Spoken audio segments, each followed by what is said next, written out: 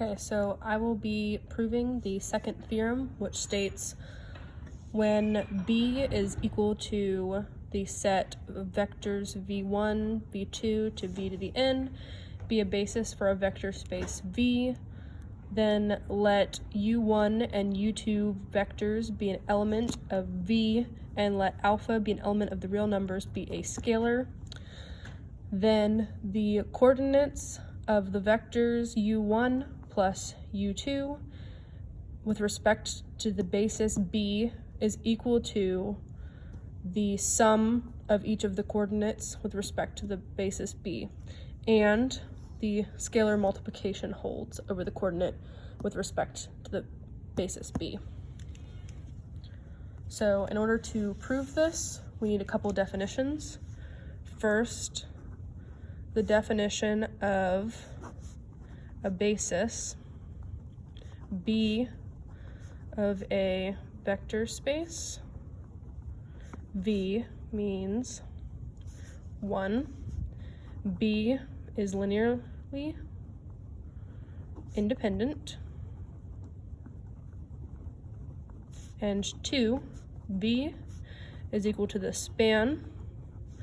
of the set of vectors v1, v2, v to the n. Recall, linearly independent means if B is linearly independent,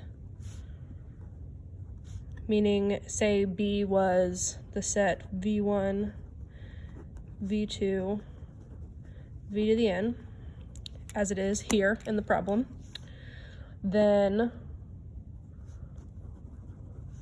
for the set of scalars alpha 1, alpha 2, alpha n of R, if alpha 1 v1 plus alpha 2 v2 plus alpha n v to the n is equal to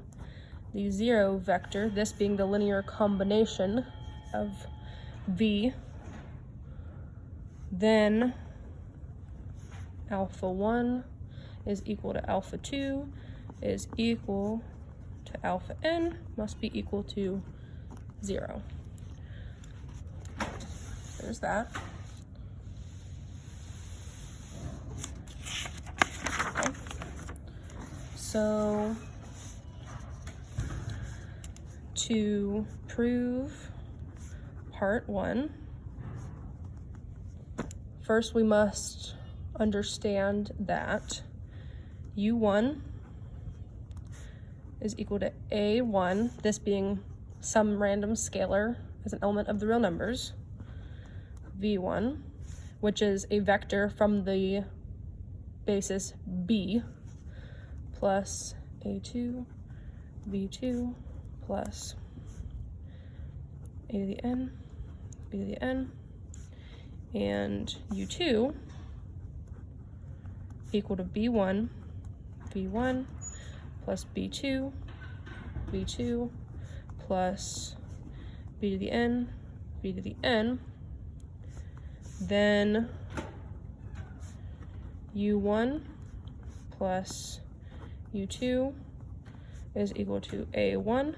plus b1 times v1 plus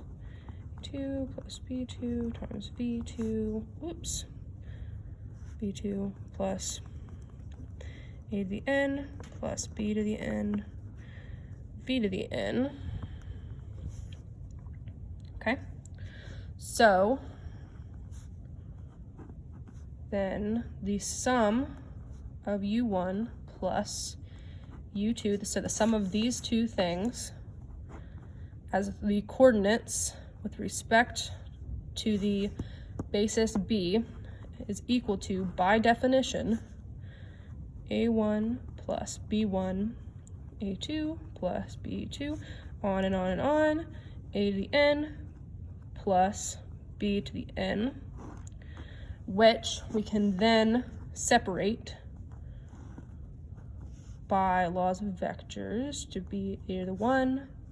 a2, on and on, an, plus b1, b2, b to the n, which is equal to u1 from the last page, which I will show in a second, plus u2 with respect to b. This is again because, oh wait, no, it's on this page, sorry, excuse me. This is because if you go up here and look up here, the scalars for u2 are the b's, and then the scalars for u1 as a linear combination are the a's. So this is enough to say for a fact that part A, or part 1, holds. And then for part 2,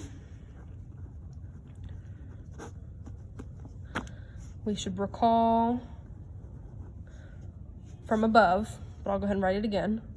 that u1 is equal to a1 v1 plus a2 v2 plus all the way to a to the n v to the n. So alpha, when alpha is an element of the real numbers, a scalar, u1 is equal to alpha a1, writing it again as a linear combination, v1 plus alpha a2 v2 plus on and on, plus alpha a to the n vn. Okay, then we find the coordinate of the vector alpha times u1 with respect to the basis b, which is equal to alpha a1, alpha a2, alpha an, which is equal to alpha times a1, a2, an, which is equal to alpha u1 with respect to b, which is just proving that the scalar multiplication can be inside and then you can pull it out, and vice versa, which is enough to prove part 2. I'll show that real quick.